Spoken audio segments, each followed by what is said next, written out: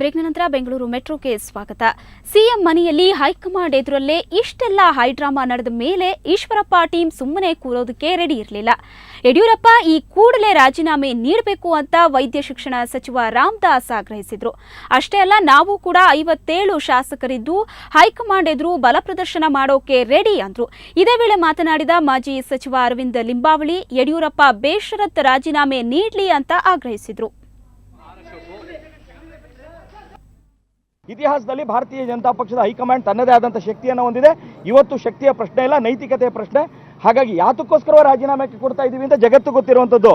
ಅವ್ರು ನಮ್ಮ ನಾಯಕರೇ, ಇವತ್ತು ನಮ್ಮ ನಾಯಕರೇ.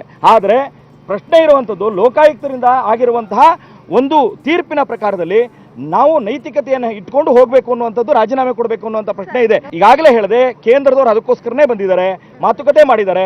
ತಕ್ಷಣದಲ್ಲೇ ಅದಕ್ಕೆ ಸಂಬಂಧಪಟ್ಟಂತ ಕ್ರಮವನ್ನು ಅವರು ಕೈಗೊಳ್ತಾರೆ ತಕ್ಷಣದಲ್ಲೇನೆ. ಈ ಪಕ್ಷದಲ್ಲಿ ಇವತ್ತಿನವರೆಗೂ ಇತಿಹಾಸದಲ್ಲಿ ವ್ಯಕ್ತಿ ಮುಖ್ಯ ಅಲ್ಲ, ಪಕ್ಷ ಮುಖ್ಯ ಅನ್ನೋದನ್ನ ಸಾರ್ಕೊಂಡ್ಬಂದಿದ್ದೀವಿ. ಇವತ್ತು ಅದನ್ನೇ ಪಕ್ಷ ಮುಖ್ಯ. ಭಾರತೀಯ ಜನತಾ ಪಾರ್ಟಿಯ ಕೇಂದ್ರೀಯ ನೇತೃತ್ವ ತೆಗೆದುಕೊಂಡಿರ್ತಕ್ಕಂಥ ತೀರ್ಮಾನ ಏನಿದೆ, ಆ ತೀರ್ಮಾನಕ್ಕೆ ನಾವೆಲ್ಲರೂ ಕೂಡ ಬದ್ಧರಾಗಿದ್ದೇವೆ. ಇದರ ಮಧ್ಯದಲ್ಲಿ ಕೆಲವು ಗೊಂದಲಗಳ ಕಾರಣದಿಂದ ಈ ಪ್ರಕ್ರಿಯೆ ನಿಧಾನ ಆಗ್ತಾ ಇದೆ ಹೊರತು ಯಾವುದೇ ಕಾರಣಕ್ಕೂ ಪಕ್ಷದಲ್ಲಿ ಗೊಂದಲಗಳು ಇಲ್ಲ ಅನ್ನೋದು ಈ ಸಂದರ್ಭದಲ್ಲಿ ನಾನು ಸ್ಪಷ್ಟಪಡಿಸಲಿಕ್ಕೆ ಇಷ್ಟಪಡ್ತೀನಿ. ಯಡಿಯೂರಪ್ಪ ರಾಜೀನಾಮೆ ನೀಡಲೇಬೇಕು ಅನ್ನೋ ರಾಮದಾಸ್ ಹೇಳಿಕೆಗೆ ರೇಣುಕಾಚಾರ್ಯ ತಿರುಗೇಟು ನೀಡಿದ್ದಾರೆ. ಸಿಎಂ ಮನೆಗೆ ತೆರಳಬೇಡಿ ಅನ್ನೋದಕ್ಕೆ ರಾಮದಾಸ್ ಯಾರು ಅಂತ ಪ್ರಶ್ನೆ ಮಾಡಿದ್ದಾರೆ. ಸಿಎಂರಿಂದ ಎಲ್ಲರೂ ಸಹಾಯ ಪಡೆದಿದ್ದಾರೆ ಅಂತ ರೇಣುಕಾಚಾರ್ಯ ಆಕ್ರೋಶ ವ್ಯಕ್ತಪಡಿಸಿದ್ದಾರೆ. ಕ್ರಮ ತೆಗೆದುಕೊಳ್ಳಬೇಕಾದ್ರೆ ಪಕ್ಷದ ವರಿಷ್ಠರು ರಾಮದಾಸ್ ಯಾರು ಶಿಸ್ತು ಕ್ರಮ ಜರುಗಿಸಕ್ಕೆ ರಾಮದಾಸ್ ಅಧಿಕಾರ ಕೊಡೋರ? ಶಿಸ್ತು ಕ್ರಮ ವರಿಷ್ಠರ ಮಾತನ್ನು ಹೇಳಬೇಕು. ಅಂದ್ರೆ ಯಡಿಯೂರಪ್ಪನ ಮನೆಗೆ ಹೋಗ್ಬೇಡ ಅಂತ ಹೋಗೋದಕ್ಕೆ ಅವಕಾಶ ಇಲ್ಲ ಅಂತ ಇದುವರೆಗೂ ನಮ್ಮ ರಾಷ್ಟ್ರೀಯ ನಾಯಕರು, ನಮ್ಮ ವರಿಷ್ಠರು, ನಮ್ಮ ಅಧ್ಯಕ್ಷರು, ನಮ್ಮ ಪರಿವಾರದ ಪ್ರಮುಖರು ಯಾರು ಹೇಳಿಲ್ಲ. ಯಡಿಯೂರಪ್ಪನ ನಾಯಕರು ಅವ್ರ ಮನೆ ನಾವೆಲ್ಲ ಹೋಗ್ತಾ ಇದೀವಿ. ಯಾರು ಈ ಮಾತನ್ನು ಹೇಳ್ತಾರೆ ಅವರೆಲ್ಲ ಸನ್ಮಾನ್ಯ ಯಡಿಯೂರಪ್ಪನ ಲಾಭ ಪಡುವಂಥವ್ರು. ಸಿಲಿಕಾನ್ ಸಿಟಿ ತುಂಬಾ ಇಂದು ರಾಜಕೀಯ ದೊಂಬರಾಟ. ಒಂದೆಡೆ ಸಿಎಂ ರಾಜೀನಾಮೆಗೆ ಬಿಜೆಪಿ ಹೈಕಮಾಂಡ್ ಪ್ರಯತ್ನ, ಇನ್ನೊಂದೆಡೆ ಸಿಎಂ ಪರ ನಿಂತ ಶಾಸಕರು. ರೇಸ್ಕೋರ್ಸ್ ರಸ್ತೆಯಲ್ಲಿರೋ ಸಿಎಂ ನಿವಾಸವಂತೂ ಫುಲ್ ಬ್ಯುಸಿಯಾಗಿದೆ. ಇದೆಲ್ಲದರ ನಡುವೆ ಸಿಎಂ ನಿವಾಸ ಮತ್ತೊಂದು ಮಹತ್ತರ ಬೆಳವಣಿಗೆಗೆ ಸಾಕ್ಷಿಯಾಗಿದೆ. ಸಿಎಂ ಯಡಿಯೂರಪ್ಪ ನಿವಾಸದಲ್ಲಿ ಸಂಕಷ್ಟ ನಿವಾರಣೆಗಾಗಿ ಸಿಎಂರಿಂದ ಪೂಜೆ ನಡೀತಾ ಇದೆ. ಈ ಪೂಜೆಗಾಗಿ ಹಸುವೊಂದನ್ನ ಕರೆತರಲಾಗಿದೆ. ಪೂಜೆ ನಡೆಸಿಕೊಡೋದಕ್ಕೆ 10ಕ್ಕೂ ಹೆಚ್ಚು ಅರ್ಚಕರನ್ನು ಕರೆಸಲಾಗಿದೆ.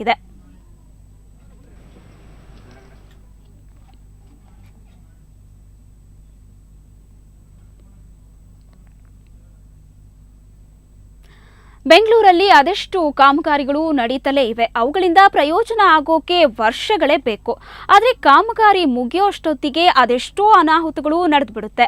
ಹಾಗೇನೇ ಬೆಂಗಳೂರಿನ BHEL ಎದುರುಗಡೆ ನಡೆಯೋ ಅಂಡರ್ ಪಾಸ್ ಕಾಮಗಾರಿ ಅಪಘಾತಗಳಿಗೆ ಸ್ವಾಗತ ನೀಡ್ತಾ ಇದೆ.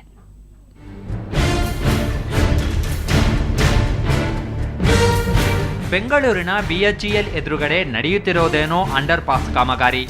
ಆದರೆ ಈಗ ಇದು ದ್ವಿಚಕ್ರ ವಾಹನ ಚಾಲಕರಿಗೆ ಮಾತ್ರ ಕಂಟಕವಾಗಿದೆ. ಯಾಕಂದ್ರೆ ಕಾಮಗಾರಿಯಿಂದಾಗಿ ರಸ್ತೆ ಪೂರ್ತಿ ಕೆಸರು ನೀರು ಹರಡಿದೆ. ಇದು ಅಪಘಾತಗಳಿಗೆ ಸ್ವಾಗತ ನೀಡ್ತಿದೆ.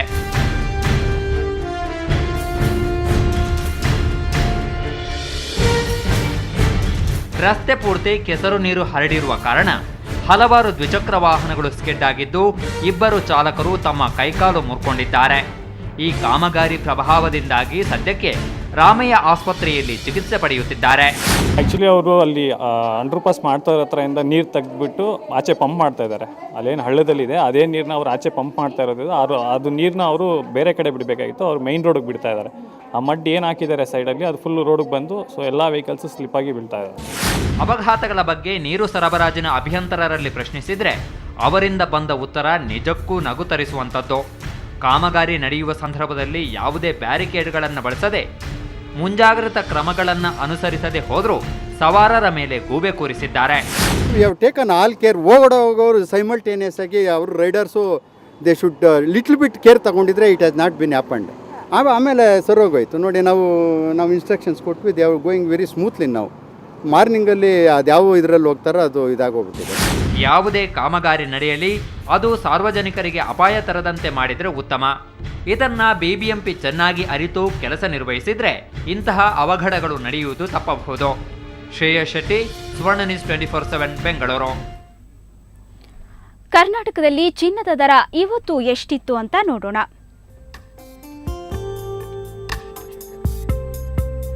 22 ಕ್ಯಾರೆಟ್ನ 10 ಗ್ರಾಂ ಚಿನ್ನಕ್ಕೆ 21,890 ರೂಪಾಯಿ.